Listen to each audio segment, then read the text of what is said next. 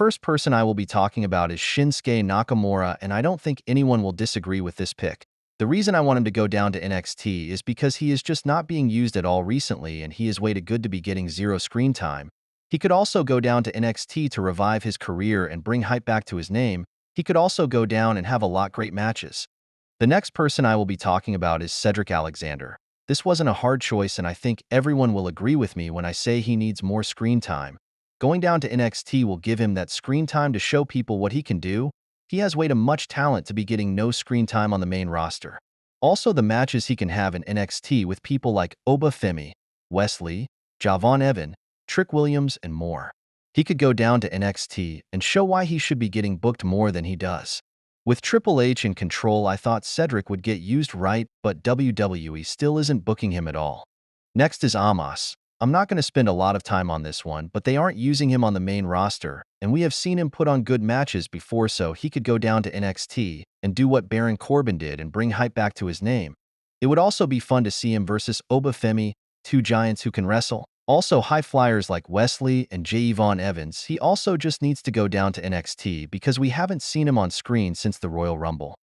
The next person is Karrion Kross and is an easy choice. He just hasn't worked on the main roster at all, with any of his characters, not even his new gimmick and group The Final Testament, and he was at his best when he was in NXT.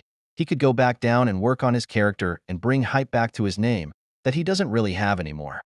I would like Karrion Kross to bring AOP down to NXT with him because just like Karrion and the AOP just aren't working on the main roster and the NXT tag division could use them.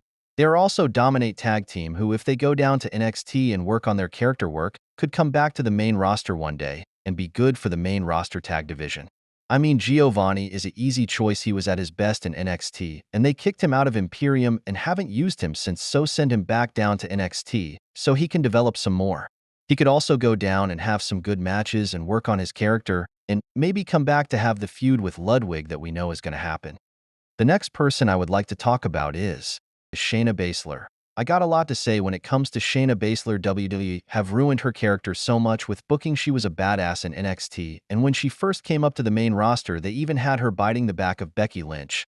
But since that they haven't done anything with her, they do have this new faction with Zoe and Sonya, so let's see how that goes.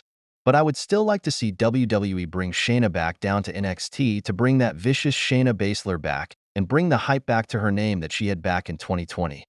Apollo Crews is someone I could see getting sent down. Even though he is in the feud with Berto and Garza, this won't really do much for his career, and going down to NXT could help a lot, just like it did with Baron Corbin when he went down. He could also work on his character work and mic skills going down to NXT. Another person I could see get sent down is Ashante Adonis. Him and Cedric are now a tag team, and they haven't been used at all, so I could see him go down to NXT with Cedric and bring more tag teams to that tag division that needs more people. He could also work on his character work and mic skills when given more TV time. Now, don't get me wrong, I still think that he can be something someday, but on the main roster right now, he isn't getting any screen time, and going down to NXT will help him get way more screen time to show to the wrestling world what he can do in the ring and on the mic.